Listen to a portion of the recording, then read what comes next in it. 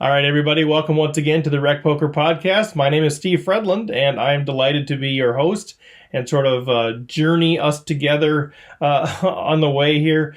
This week, we are going to pick up where we left off in our conversation with Tommy Angelo. This is part two of our 2-week series with Tommy. So hopefully you will enjoy that. I just want to give a quick shout out to all the RecPoker player who are part of the panel of conversation with Tommy. Appreciate everybody that's part of that deal. And also a shout out to Running Aces. They continue to be our sponsor, and I appreciate all of the support and encouragement that they give us and give the show. So with that, here is part two of our conversation with Tommy Angelo. You had mentioned that probably the biggest leak that you'd seen pre-flop is playing too many hands. Uh-huh. What would you say is one of the biggest leaks post-flop? Bluffing too much out of position. Okay. That's it. That's the biggest post-flop leak. Yeah, Okay. So here's my speech on bluffing. What happens a lot of times is we get an accurate read on our opponent. We know they have something decent. Okay. Let's say that we think they have an overpair. They 3-bet before the flop and they're super tight. And the flop comes, 10-9-5, and we think they have an overpair. Okay. So they bet, we raise them with our draw, let's say, and then they call. And they check the turn. And then we bet again. And the logic might be, they know that I know that they have an overpair. So obviously I wouldn't bet unless I could beat their overpair, so they should fold. So I'm going to bet. And then they don't fold. Okay. Or some percentage of the time they don't fold. Right. So the way I look at it, and I'm not saying that's a bad bluff, but I will say a better time to bluff is when there's a chance they have nothing. Okay, this is the bluff I just described as a situation where you absolutely know they have more than nothing. Right. You know that for sure. Okay, but if you're in a situation where all your opponent did was check and it's your bet, in this situation, there is a greater than zero chance they have nothing, meaning they're going to fold a lot of times, right, when you bet. But if you know they have something and then you go to war and put in a lot of valuable bluffing chips to try to get somebody to fold a made hand that you know he has, my suggestion is to just save all of those chips. Instead of making one huge bluff, make 5 really, really good smaller bluffs when you know they might have nothing. For example, when they checked, right? That's why C-bets are effective. It isn't because, they check and you bet. It isn't because there's something magical about C-bet. It's because 2/3 of the time people miss the flop. Right. And if they check, there's even a greater chance that they're in that 2/3 range. And so your bet is going to work, right? A lot of the time. And so, just wait until you know there's a chance they have nothing. Another example of that, here's another really good example of that is, this is a bluff out of position, but this is a good one. The button opens 100% range. You defend from the big blind. You check the flop and he bets. And let's say it's a scattery kind of flop, like King 4-4. Okay. Well, there's a really, really good chance he has nothing. Right. This is a situation where there's so this makes this a reasonable spot to bluff. Right. Whereas if you had bet the flop, let's say, and he called. Right. And now you attempt to check raise bluff on the turn, that's wrong. Because he has something. Right. A King 4-4 rainbow.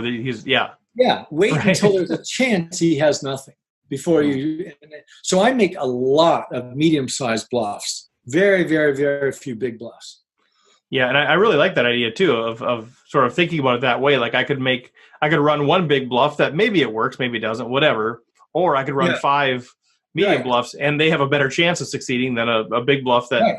That has and very little chance. If you add up the EV of all of that, you're way ahead. I call it a bluffing bag. It's like I've got a bluffing bag. I've got so many bluffing chips allocated, and I don't want to waste them.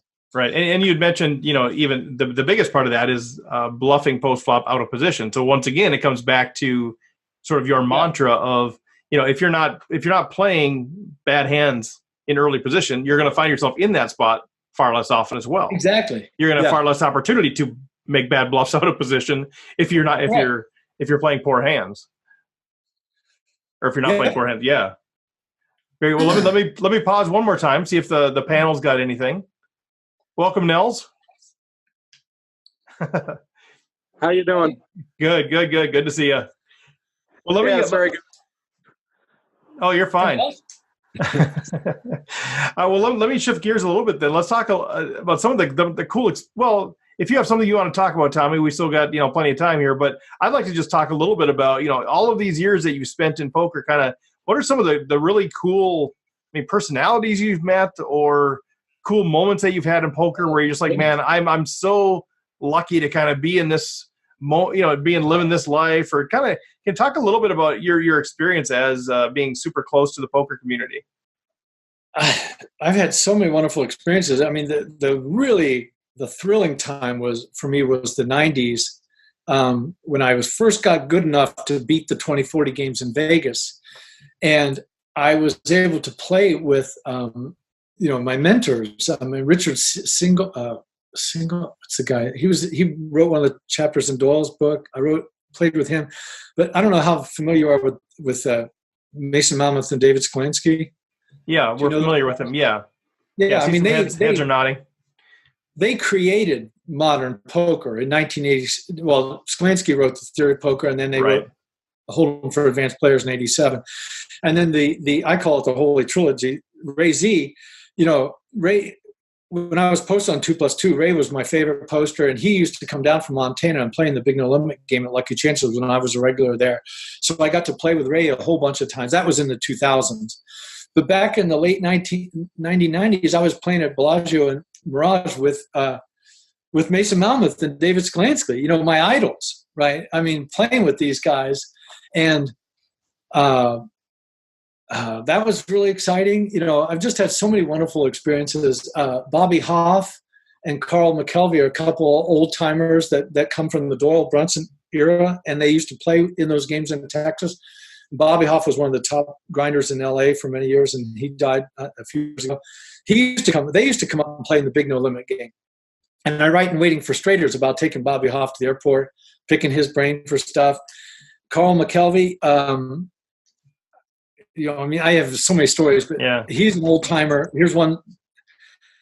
This was a moment of great ego gratification for me. Okay, so we're playing in this really high stake no limit game at Lucky Chances. I didn't know who Carl was or anything, but I could just tell he was a classy old guy.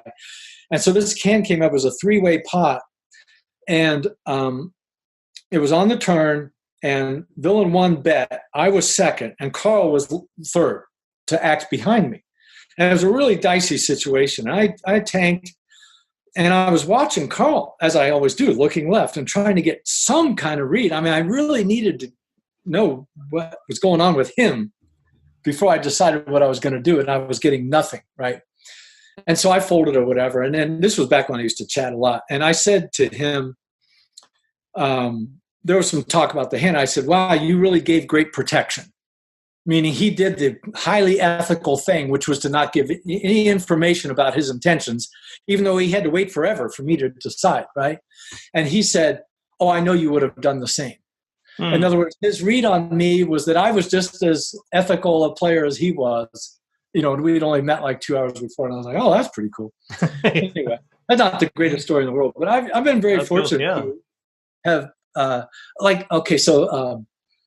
Antonio, I'm just going through name dropping time here. Antonio and Phil Lack. I pretty much set you up to do it, so you're good. What's that? I pretty much set you up to do that. So Antonio and Phil used to play here in the Bay Area. So I used to play No Limit with those guys when they very, very first started. And they were coming to the Lucky Chances game. I'm guessing that's around 2003 or 4. And I played a couple home games at Antonio's house.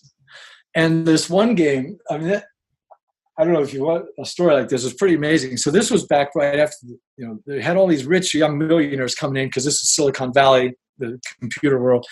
So there was this guy named Ryan. He was a super loose player. He played in the big game at Lucky Chances, and he came to Antonio's 2-5 game. So Ryan knew that Antonio and I were probably the only guys there that had any kind of deep pockets at all. And he wanted to, this is my read, he kind of wanted to get a read on how much money was around. So he offered me this deal. He goes, let's cut one time. And I'd seen him do this before. He goes, I'll lay you 800 to 600. So we're cutting cards, 50-50. And if I win, I win 800. If I lose, I lose 600. Right? So I have to say yes to that if I have the bankroll. You're right. Right? So if I've only got 2,000 in my pocket, I'm going to have to say no to that because that 2,000 is like worth 10,000 in a poker game against this guy. Right. Right. But I had 4,000 on me, and I said, okay. So we did it, and I won. Okay. So now I had 4,800. So in this game, at one point, I was down to my last 1,000. I would have been tapped out of the game, and I ran that last 1,000 back up to like 12,000. So I ended up using his 800, his final 800. Right. And the reason I got down to that low, and it's about the only way it could happen in this game, I actually lost a one-outer to a straight flush on what at that moment was the biggest pot of the night, a one-outer.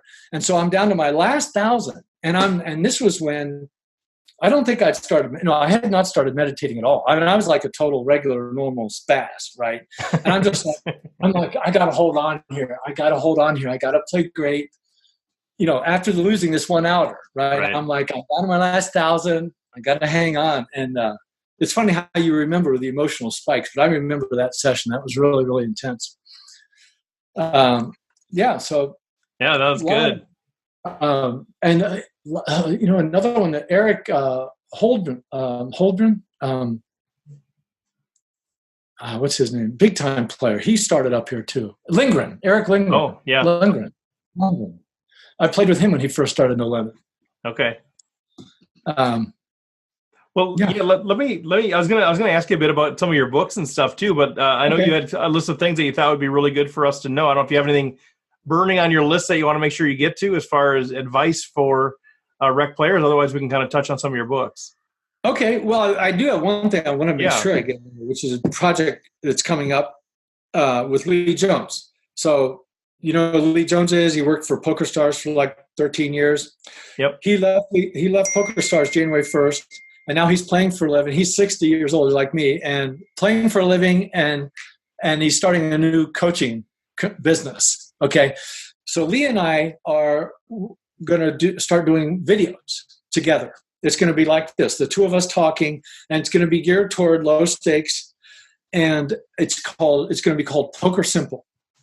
And it's going to be starting probably late this year. And you'll hear about it, whatever, Twitter and all that. Yeah. But we're really excited because I thought of it just now because you said, do I have any advice? My advice is keep your ears open for this because I think we're going to be speaking to your people in these videos. Because Lisa's, basically a low and medium stakes player, and that's all he's been around. He's a huge lover of poker and all about the fun of the game. And so that's coming up. Sweet. Yeah, it sounds fantastic. Go ahead. But yeah, let me just look at my little list here. And guys, if you have anything else to chime in, feel free to just unmute, and then I'll know that you want to ask a question too. Oh, well, we already beat Position to Death, but I did copy this one paragraph that was written by John Voorhus 20 years ago. And when I read it back then, I was like, wow, this is awesome. And I used it in one of my articles. Here's what John wrote. I know of no truer truth of poker than everything's harder out of position. It's harder to bluff, harder to control the size of the pot, harder to get the right price for draws, harder to protect big hands, harder to know where your opponents are in the hand, harder, harder, harder. There you go. Sums it up. Yeah. Yeah, I agree. Yeah. But still, it's ace queen. Yeah. Well, no, but see, folding ace queen is not. That's what I do. That's sick. No. I'm just folding the jack nines is what makes the real difference for regular players. Right. Right. Exactly. That's the line we're talking about. Yeah.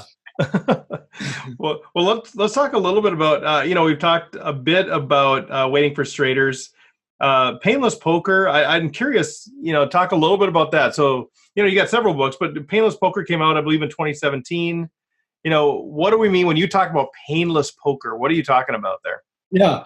Well, what that means is you isolate and name all the different types of poker pain, and you go after one of them one at a time and remove them. So one of the pains might be that you're supposed to quit at midnight, but you end up playing till 2 every night and blowing back all your profit. Okay, so that might take 5 years to fix. Another poker pain might be that you are underfunded. So I'm thinking about non-strategy things, Sure. right? There's all sorts of. So then there's the pain of while we're playing. Maybe you're the type of person who's easily annoyed when people are talking politics from the other side of the aisle. Okay, maybe you get upset when the waitress brings you the wrong food. Maybe there's a rule in your casino that you think is really stupid. Any form of dissatisfaction or unhappiness or even impatience itself is a form of pain. Boredom is a form of pain. So painless poker means looking at every single thing you do around poker that causes you any form of anxiety or unhappiness and prioritizing making that go away. Even if it sounds impossible. It's like, how do you get rid of the pain of losing a 2-outer? Well, you don't. Can you reduce it? Yes. Every time you reduce the amount of suffering you go through from losing a 2-outer, that means you're going to tilt less as a result. You're going to make more money and you're going to enjoy the game more. So the idea of painless poker. Let's tell you briefly about the book. Okay, it basically goes back and forth between fiction and memoir. All right, the opening chapter is memoir. It tells a story in 1995 about the most painful weekend of my life, going down to St. Louis and losing all my money brutally. And this terrible hand that I totally fucked up and it was terrible pain. So then you get transported to a fictional setting called the Painless Poker Clinic. And it's a fictional version of me teaching a class to 7 poker players for 2 days on how to remove the pain from poker. Okay. So you get to learn about these 7 characters. They're all fictional characters made up, but each one of them represents like an iconic poker type personality. You've got the online grinder, you've got the rich Asian guy who just plays on the weekend and blows 10 grand, all these different poker people, right? And I'm teaching this class. So that's the bulk of the book. And then you go back to memoir about sections of my life and how I learned all this stuff. And then it ends in this book also has a lot in it about meditation. So the whole idea of painless in itself, that word itself has kind of a spiritual connotation to it. And that's a big part of the book, is how to directly use meditation at the table and away from the table to make poker less painful. And by pain, I mean everything, including, impatience, like I said, envy, all of these things. So I'm gonna let you be my coach for 5 minutes or so, if that's okay. I'll get some free advice from you. Sure. So one of the things that I struggle with is, I love to go play. I love to have fun. I love the camaraderie. I love talking to people. I love chatting with people. Having the podcast opens the doors for that too. But I actually love that quite a bit. Yeah. But what I love even more is winning. And I know that I play my best poker when I'm not chatting with people. You know what I mean? Where I'm in the zone. I'm focused. I'm watching chip stack sizes, all of those things. And I'm constantly kind of going back and forth between, how do I approach this? Like, because this is really fun, but I know I'm not as good of a player.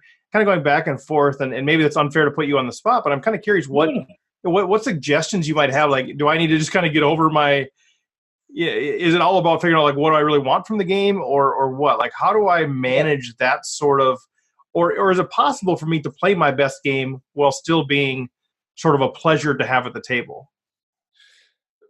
Probably not, but you're already doing the right thing, which is examining it at all. It's kind of a path. Now, are you talking about live tournaments? Correct. Yeah, I'm almost exclusively live tournament player. Okay, so just to be sure I understand. So sometimes you put your headphones on and create a shell, It's around you? pretty rarely. Like when I go to Vegas, I'll do that. Oh, I'll okay. create a shell, I'll put shades on and the headphones on. And when I play locally, oftentimes, like even the other day, I went and played, and I'm going in. Okay, I'm gonna start prepping for Vegas. I'm gonna Right. wear the shades. I'm gonna get in my zone. I'm gonna be friendly, but not really engage. And when I get there, I'm like, hey, I just kind of get lost in it's super fun Right. to see these, it's like going to Cheers, you kind of, Yeah. these people and it's kind of fun. And I just, all of a sudden I'm like, what did I just do? I just punted Right. off half my stack with ace 10 or something, where like, I know that's happening, but I can't seem to stop it. Yeah. Well, I mean, okay. So first of all, if you had the ability to stop it, would you? That's the other thing. I would. Yes, I would. You would. How quiet would you be? That's the question, right? I think I'm willing to be totally quiet, right? But Okay. I'm unable emotionally to, depending on. I mean, there's certain people at the table that make it easier to do that, but most of the people are friendly, and I've kind of got, I don't have a reputation, but I've kind of like, I think people would know something's up. It would be weird if I wasn't talking. Because they know you and they've seen you and all that. Yeah, right. Yeah. See, that's tricky. Okay, so we have isolated at least that you do want to talk less because you believe it's more profitable. Yeah. We've established that, right? Yep. Okay. When you do talk, okay, I'm going to get to a suggestion or two, but in Elements of Poker, I talk about mum poker, okay? And there's two kinds. There's maximum and minimum. Okay. Maximum is when you don't talk at all, or only when you're socially obligated to, right? Right. And then minimum is you can still talk, but you never talk about poker or anything real. You certainly don't talk about anything that happened at that table. So when you are chatting it up with somebody, if somebody says, hey, I love your podcast, you're absolutely going to say, thank you, appreciate it. I mean, you're never going to be mum to that. But if you bet the turn and the guy folds and he says, did you have pocket queens? This is where I draw the line about what is okay to talk about and what's not okay to talk about. Okay. Yeah. So there's two issues. One is if you're going to talk, there are some things you should never talk about. And then the other issue is talking of any kind does cost you money. Unless, and this is the other part, some people, if they're quiet for half an hour, let's say, the buildup of the pressure of not talking in itself becomes expensive. It causes tilt. So everybody has to find their own balance. Before I got to where I could go without talking at all and be completely comfortable the whole time, I was going through just what you went through. I need to talk less. But I would still have sometimes where it's like, okay, I just need to talk now. Right? I just need it. So sometimes talking actually does reduce your tilt or improve your focus if you do need that at the time. So the discipline you need to have is the ability to shut it off. It's going to start up whether sometimes out of your control, it's going to start up sometimes in your control.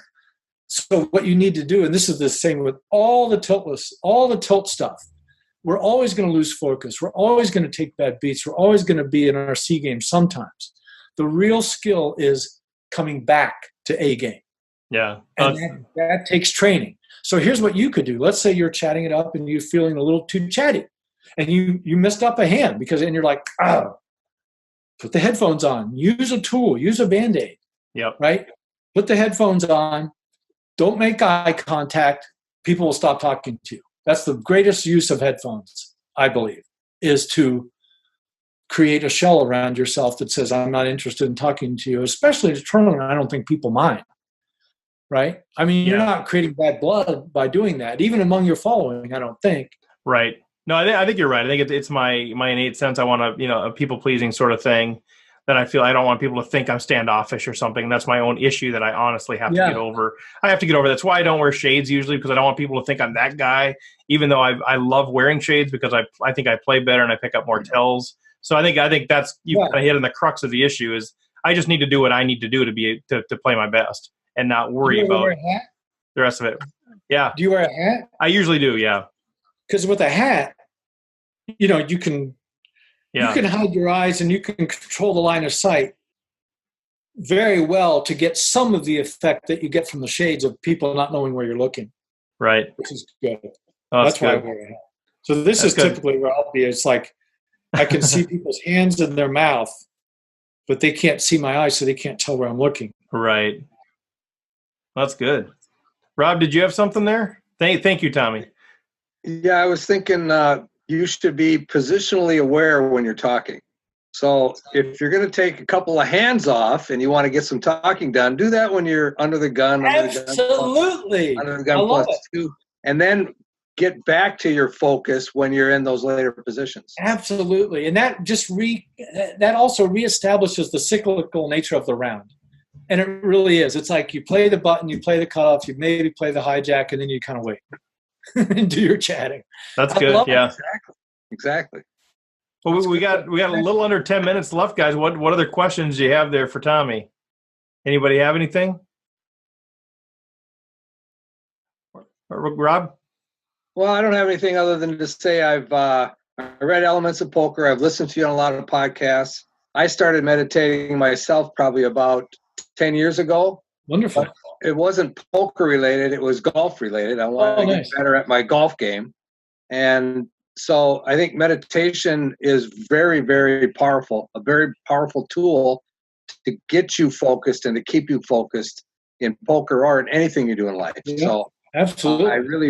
I really like the way you profess that and are sharing that with everybody. So it's great. Cool. Well, thank you. And Steve mentioned my most recent book is my first non-poker book. It's called Dailiness, How to Sustain a Meditation Practice.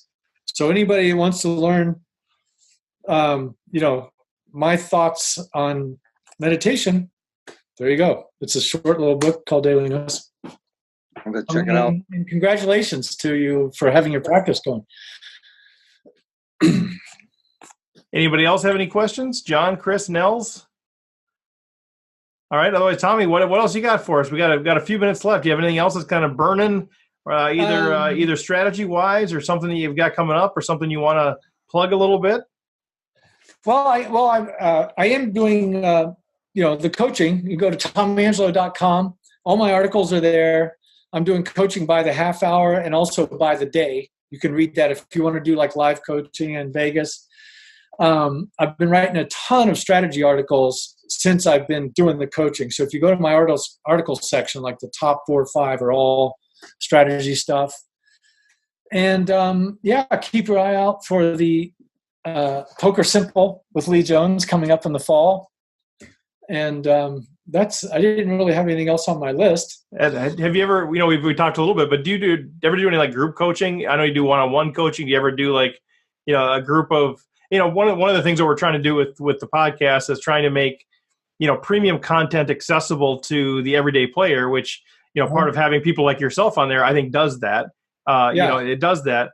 And I often think about coaching. We've done recently a 10-week training session with the World Series of Poker bracelet winner to try to make it affordable because it's group coaching. And I know you've got a lot going on, but I'm just kind of curious. Have you done group coaching before where you actually work with 3 or 4 clients at the same time, or is teaching poker just such an individualized thing that would be very hard to do? Just trying to keep the cost down for the recreational player. No, I hear you. And that's what I found. I've really thought about it. I've developed possible products and packages for group, and I've never pulled the trigger on it because of just what you said. Yeah. Because my style is like, no matter who I'm talking to, I just start with questions. It's like before I really feel I can give something that's going to be truly helpful, I got to know that person to some extent. And in a group situation, if it was the same 4 or 5 people every week for a number of weeks, well, absolutely, that could be great for everybody as everyone gets to know everyone. But just to go in cold with 4 people, I'd be asking questions for an hour. I've thought of it. I just really don't see how that would work. Okay. Because that's coaching. That's different than lecturing. Right. I've thought about doing webinars where I say, okay, show up Friday at 10 and I'm going to give a 20-minute talk followed by a question and answer or whatever. That's a little bit different. I've thought about doing that. It is. Yeah. And I think that's what most coaching is or whatever. It's a one-way street. It's kind of, here's information for you to consume. And I think there's a lot of phenomenal stuff out there. One of the things that we're trying to do, as we talked about earlier, is, how do we make it interactive? How do we have dialogue? How do we, make it custom for who we are, and that's tough to do without doing one-on-one coaching. So that's why we kind of keep tweaking and keep pulling on those threads, trying to find the magic formula to make things affordable, but yet be interactive and kind of customized to where we're at. So that's a journey that we're kind of on. So we'll chat as we go forward and see if we can work something out. Okay. And I did think of one general piece of advice that I think is good for everybody, which is, here's something you do, right after you've taken a bad beat and you're feeling sorry for yourself. Okay. Is you push your chair all the way back and you sit all the way up straight for the next hand. And you just say, wow, how lucky I am that I am playing poker right now. The greatest game that's ever existed. And somehow my life has landed me in this chair and I get to play poker with all these other fellow poker lovers. That might sound a little corny, but if you do it enough times, it can actually bring you back up in the moment of despair. That's really good. I think gratitude is one of the most underrated feelings that's out there. And I think that's kind of what you're getting at, is the heart of that, to not realize your world really hasn't ended because your ace king got beat by ace queen. Right. You're still sitting there playing a game. We're in action. Right. Well, good stuff, Tommy. Well, thanks so much for being with us. I love this thing. What we'll do is we'll kind of chop this up. We'll do this as a couple of episodes.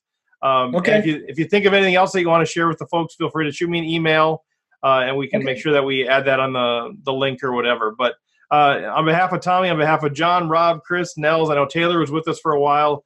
Thanks everybody for being here. As always, we're sponsored by Running Aces Racetrack and Casino. Thanks to those guys for being our sponsor. And I guess with that, good luck on and off the felt. Okay. All right. Tommy, thank you so much. Really enjoyed it. See you guys. Bye. You can go ahead and we're going to stay on, Tommy, but you can go ahead and leave the meeting there. Okay, I'll leave the meeting. Yep. And all right. See you later. We'll be in touch. Thank you, sir. Okay, bye. All right, guys. Well, thank you. Anything kind of stand out? We've got, just so you know, we have Matt's going to be joining us within probably about 5 to 8 minutes or so. So we'll cut off once he joins us. We had to flip around. Obviously, you figured that out. We flipped around who was on first. But anything kind of stand out from that conversation? Well, the question you asked there, Steve, one of the things that really stood out to me was, he said you have to have balance. And I know you and I spent a lot of time together, and one of the things that we discussed was having balance, and that's balance away from the table, and other aspects of your life in order to be successful on all the different things that you're trying to do. But balance sitting at the table, and if you're struggling with how much you should talk or not talk, I think it's just a matter of time and practice and finding that balance where you're social enough, but at the same time giving yourself the opportunity to continue to be successful at the table. I think you're spot on, and I think I need to be intentional about figuring out what is that balance point, because I think I tend to let whatever the situation, I just kind of get sucked into it. If people aren't really talking, I don't really talk, and then I focus more. If people are talking, I get caught up in it, and I'm not really in control of I don't really choose my level of engagement, which I need to do a little bit better job of.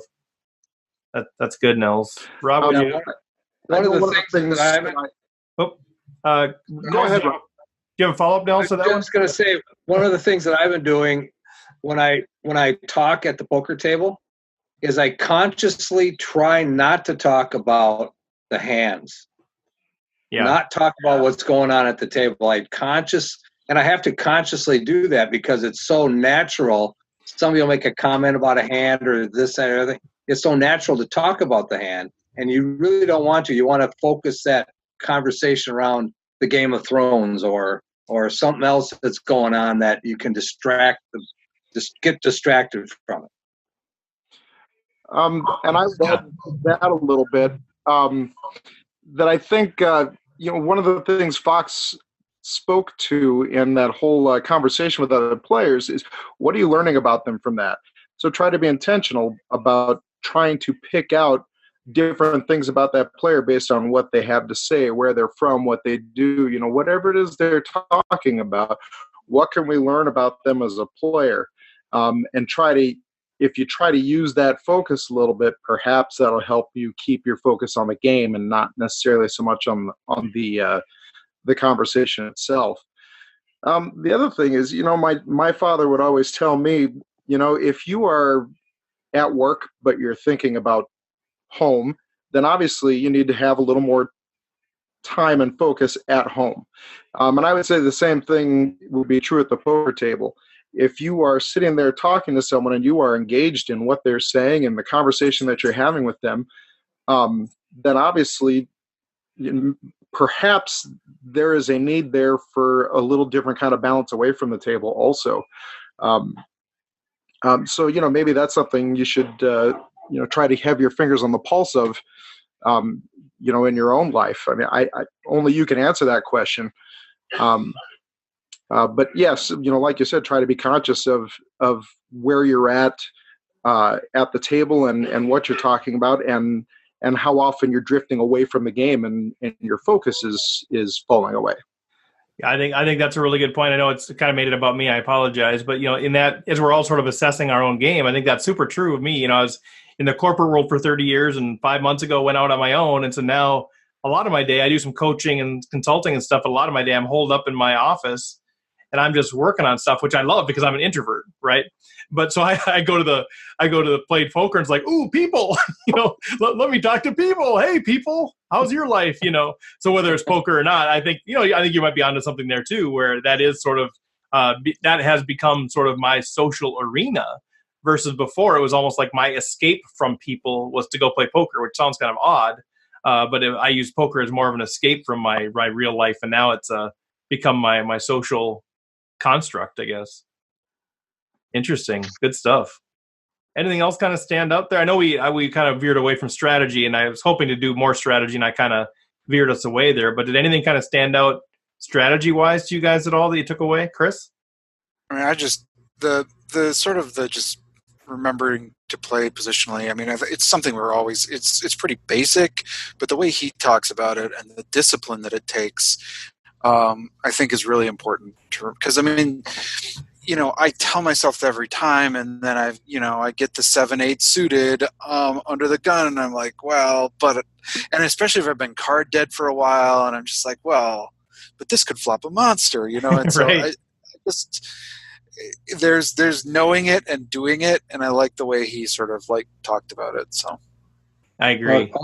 Also keep in mind, Tommy is mainly a cash game player. Yeah.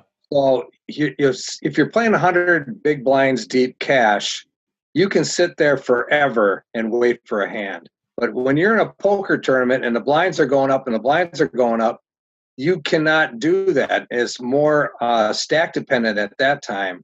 So when he said 30% is what a professional poker player can make a living doing, is only playing 30% of the hands, that's very, very doable if you're playing 100 big blind deep cash. Because now you're playing what? You're playing the hijack, the cutoff, and the button. That's it. That's 30% of the hands, right? Because that's 3 hands around, 3 hands in orbit.